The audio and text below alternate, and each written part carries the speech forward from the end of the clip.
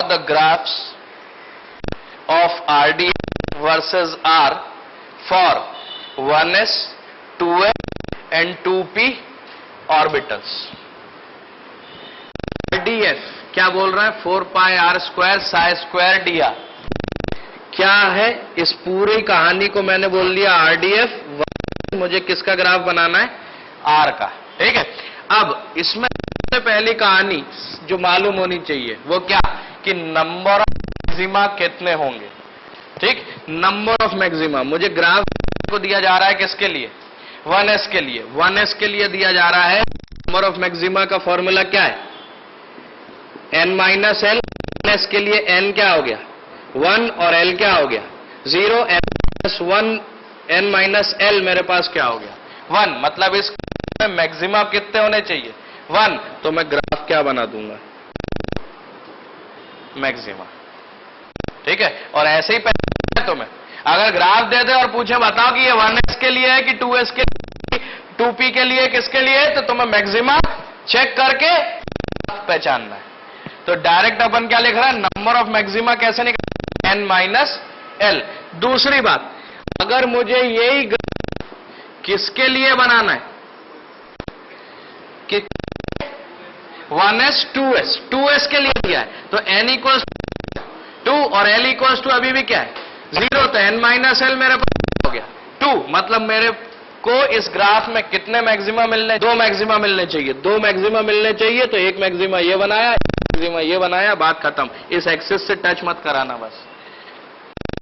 यहां पे इस तरीके से ये जो पॉइंट छोड़ोगे इसको एक्सिस से टच मत कराना. और तुम्हें ग्राफ बनाने आएंगे, ग्राफ बने हुए दिए जाएंगे, तुम्हें पहचानने आएंगे. तो ये हमारे पास कितने मैक्सिमा हुए? 2 मैक्सिमा. तो ये किसका कर्व हो जाएगा? 2s का. ठीक. उसके बाद इस पॉइंट पे डिस्ट्रीब्यूशन इलेक्ट्रॉन का क्या दिख रहा है? 0 दिख रहा है. 0 दिख रहा है तो इसको अपन क्या बोल सकते हैं? नोड बोल सकते हैं. क्या बोल सकते हैं? नोड. यहां पे इलेक्ट्रॉन मिलने की जो प्रोबेबिलिटी है वो क्या है? 0 है. ठीक है. अब देखना क्या है? n इक्वल टू 2 है, l इक्वल टू 0 है. n मतलब 2 प्लस l 0 माइनस 1 ये क्या आया? 1. तो नंबर ऑफ नोडल पॉइंट्स इस कर्व में कितने आने चाहिए? n minus L minus 1. तो मैं अगर 2s लेता हूं तो उसका n माइनस एल माइनस 1 की कितनी आती है? 1. इसलिए इसमें नोडल पॉइंट कितने आएंगे? 1. ठीक है. फिर 2s के बाद क्या दिया? 2p. तो 2p के लिए बना है RDF वर्सेस R. इसमें क्या है? 2p. n इक्वल्स टू क्या है? 2 और l इक्वल्स टू क्या है? 1. तो n प्लस l मेरे पास कितना हो गया? 1. मतलब इसमें फिर से मैक्सिमम कितना आना चाहिए?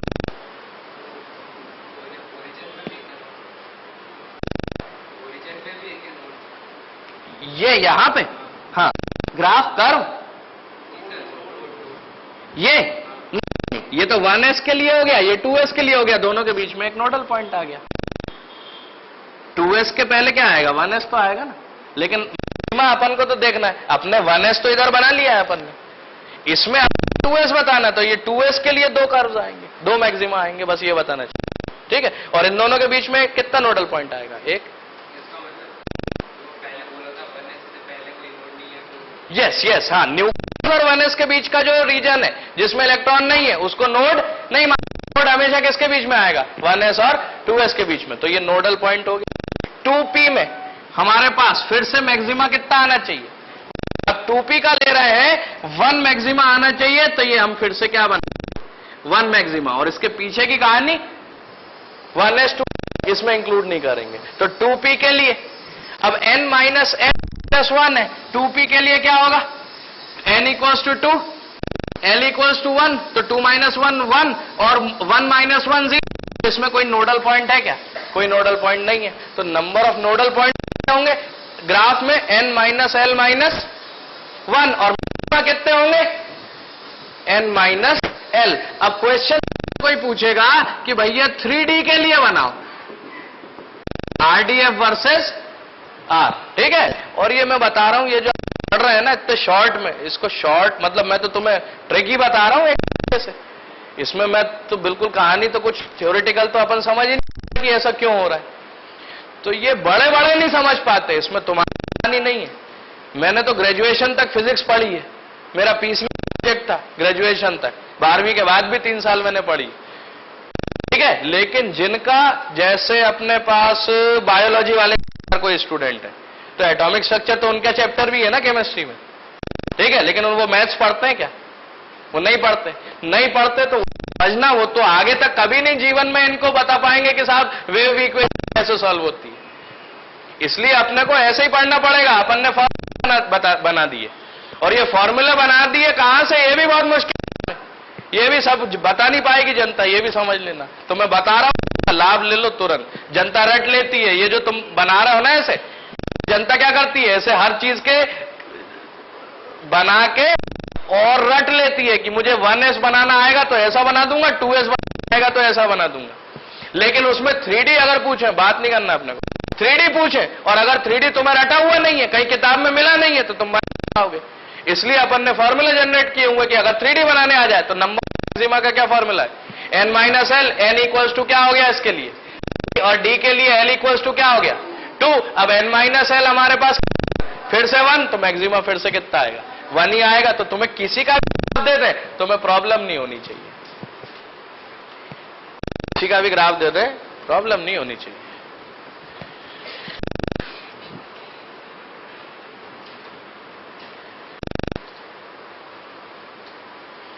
अब जिसलिए अपन ये सब पढ़ रहे हैं वो क्वेश्चन,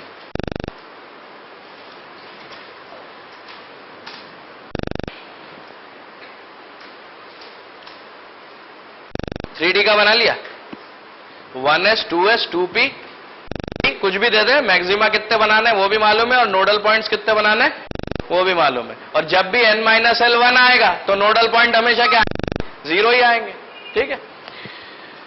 3p के लिए बना सकते हो, 3p के लिए 3p बनाते हैं, n इक्वल्स टू क्या, l इक्वल्स टू क्या 1, तो n-l 3p, n-l क्या हो गया 2, तो मैक्सिमा कितने आने चाहिए 2। मैक्सिमा 2 किस में आ रहे थे, 2s में आ रहे थे, और अब किस में आ रहे हैं 3p में आ रहे हैं। 2 मैक्सिमा बनाने, तो 2 मैक्सिमा बना लिया अपन ने, और इसमें 2 -1 एक क्या आना चाहिए नोडल पॉइंट, तो ये नोडल पॉइंट आ, ये किसके लिए हो गया 3p के लिए। ये इधर RDF लिख देना और लिख देना R लिख देना। तो किसी के लिए भी बनाने आ जाए तुमसे बनना चाहिए, मुद्दा ये है। क्वेश्चन लिखो, the hydrogen like species,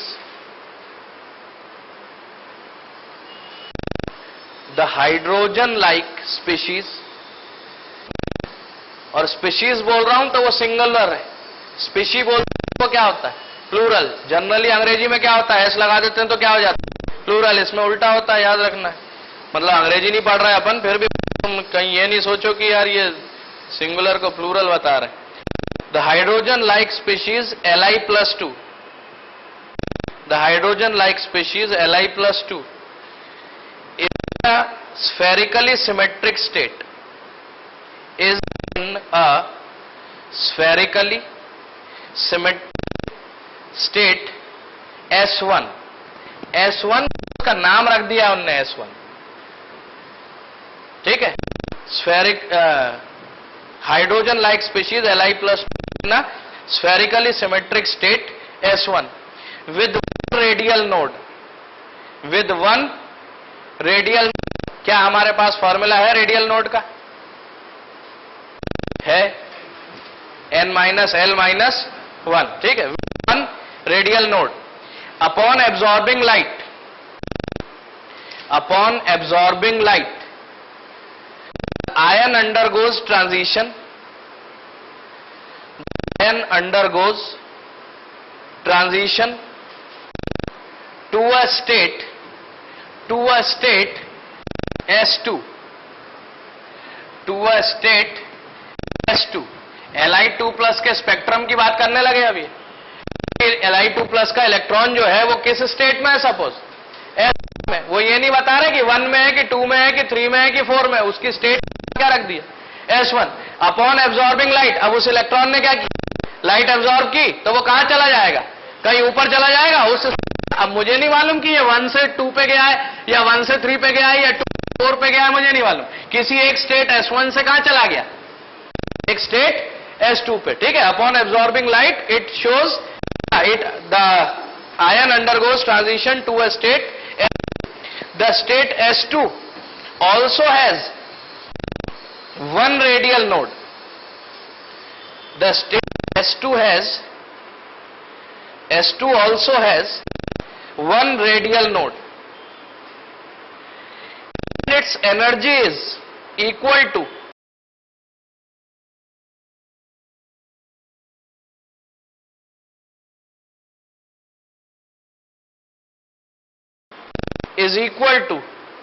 the ground state energy of the hydrogen atom, and its energy is equal to the ground energy of hydrogen.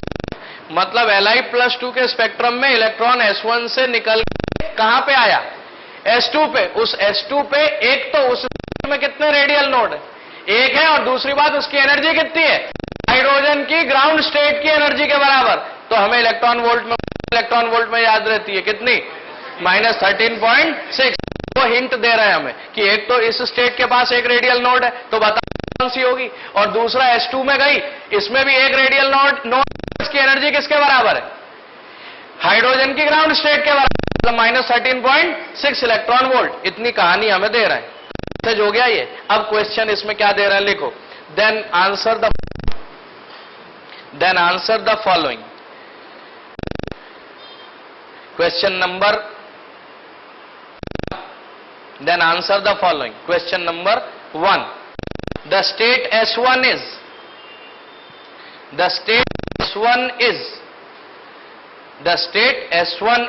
first option 1s,